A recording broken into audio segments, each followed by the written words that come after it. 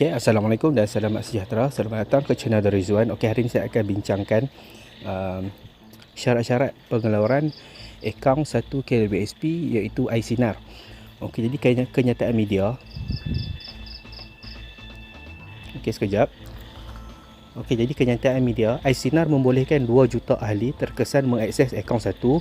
Pendahuluan maksimum pertama antara 4,000 hingga 10,000. Jadi 16 November 2020, kumpulan wang simpanan pekerja KWSP mengumumkan perincian dan kelayakan akses ke akaun 1 bagi kemurahan iSinar. Okey, jadi setelah meneliti dan menilai keadaan semasa, KWSP telah mengambil langkah untuk memperluaskan skop iSinar yang merangkumi ahli yang kehilangan pekerja, diberi cuti tanpa gaji. Okey, syaratnya ahli yang kehilangan pekerja. Yang kedua, diberi cuti tanpa gaji dan tiada sumber pendapatan. Okey, jadi ini syaratnya, 3 syarat. Iaitu iSinar akan memberi manfaat kepada 2 juta ahli yang layak dan dianggarkan sejumlah RM14 bilion akan tersedia untuk ahli yang layak. Jadi ahli yang layak boleh membuat permohonan bermula Disember 2020. Amount akan dikreditkan dalam akaun bank ahli pada hujung bulan selepas permohonan dibuat. Pengkreditan pertama akan bermula pada Januari 2021. Jadi amount pendahuluan ini akan dikreditkan secara berkala sehingga 6 bulan. Okey, bermula tarikh pertama pengkreditan. Okey, jadi secara umum ahli yang layak boleh mengakses 10% okey daripada amount simpanan mereka dalam akaun 1 tertakluk kepada baki minimum RM100. Okey, jadi KWSP memberi kepada kita akses sebanyak 10% daripada keseluruhan jumlah akaun KWSP 1 kita. Okey, jadi yang pertama, ahli yang mempunyai baki 90,000 dan ke bawah akaun pertama akan mempunyai akses kepada amount sehingga RM9,000. Okey, maksimum RM9,000. Jadi amount pendahuluan ini akan dikreditkan secara berkala sehingga 6 bulan dengan pendahuluan pertama sehingga RM4,000. Okey, jadi pendahuluan pertama yang boleh dikreditkan maksimum RM4,000 dan baki seterusnya secara berkala lah sehingga 6 bulan. Jadi yang kedua, ahli yang mempunyai baki lebih daripada RM90,000, okey, akaun 1 yang ada RM90,000 ke atas akan mempunyai akses 10%. Okey, jadi walau bagaimanapun amount maksimum yang boleh dahulukan adalah RM60,000. Okey, jadi amount pendahuluan ini akan dikreditkan secara berkala sehingga 6 bulan dengan pendahuluan pertama sehingga RM10,000. Jadi sesiapa yang mempunyai akaun 1 melebihi 90,000 boleh mengeluarkan maksimum 60k. Okey, jadi untuk yang pertama, bulan pertama anda boleh ambil 10,000 maksimum. Okey, ni kalau akaun pertama mempunyai lebih 60,000 lah. Okey, ini sebagai contoh.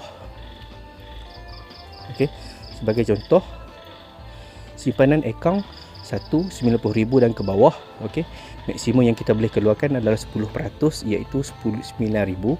Okey, kalau akaun anda akaun pertama anda ada 50k contohnya, maksimum boleh buat keluar 5k sajalah. Kalau ada maksimum 90k, maksimum boleh anda keluarkan 9k. Okey, jadi pendahuluan bulan pertama maksimum boleh keluar 4k. Okey, jadi kalau 90k, 4k bulan pertama dan seterusnya lagi baki 5k akan dimasukkan bulan seterusnya lah, maksimum 6 bulan. Okey, contoh macam ni lah. Okey, contoh macam ni. Kalau baki akaun pertama anda ada 4,500, anda akan dapat maksimum pendahuluan 4,400. Okey, kalau ada 10k anda boleh keluarkan 9k.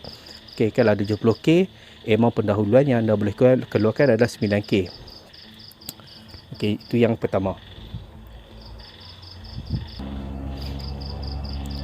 Okey, jadi untuk simpanan akaun KWSP yang pertama lebih 90k, 10% juga daripada simpanan tertakluk kepada amount maksimum 60k. Okey, jadi anda boleh keluarkan maksimum 60k jika akaun pertama melebihi 90k. Jadi pendahuluan bulan pertama maksimum hingga 10k.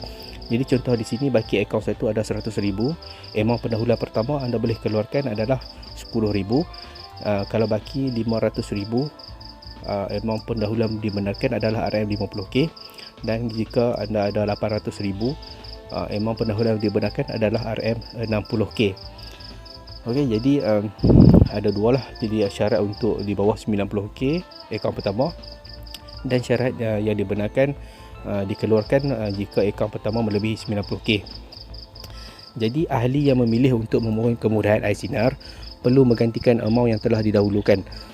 Okey, jadi kalau anda memilih untuk ambil iSinar, okey, anda perlu ganti dengan amaun yang telah didahulukan lah. Caruman baru akan dikreditkan 100% ke dalam akaun pertama sehingga amaun pendahuluan yang diterima telah diganti semula. Jadi kalau anda ambil akaun pertama anda 10k, jadi seterusnya caruman yang selepas ini yang ditolak akan dikreditkan terus ke akaun pertama 100%. Okey, jadi tak ada lagi kredit kepada akaun 2 lah. Okey, sehingga cukup yang telah anda ambil tu. Okey, jadi caruman baru akan dikreditkan 100% ke dalam akaun pertama sehingga amaun pendahuluan yang diterima boleh digantikan semula. Okey, selepas itu caruman akan kembali ke kadar pecahan asal, iaitu 70% bagi akaun 1 dan 30% bagi akaun 2. Okey. Okey, kalau dah stabil barulah caruman akan kembali kepada kadar pecahan asal lah. Okay, jadi untuk menentukan amaun yang diperlukan untuk permohonan di bawah iSinar dan memastikan kelangsungan hidup secara krisis, ahli digalakkan untuk mendapatkan nasihat kewangan melalui Pegawai Khidmat Nasihat Persaraan RAS, KBSP dan ataupun Agensi Kaunseling dan Pengurusan Kredit AKPK. Okey, maklumat lebih lanjut serta putih perincian terperinci mengenai kelayakan iSinar serta terma dan syarat akan dimaklumkan dalam masa yang terdekat. Okay, jadi ini dikeluarkan oleh EPF Media Desk, Jabatan Hal Ehwal Korporat, 16 November 2020. Okey, jadi kalau ada pertanyaan dan persoalan ataupun tidak faham, anda boleh tanya di bahagian komen. InsyaAllah saya akan jawab apa yang saya boleh jawab. Okey, jadi semoga perkongsian ini memberi manfaat kepada anda. Okey, jangan lupa subscribe, komen, dan share. Assalamualaikum.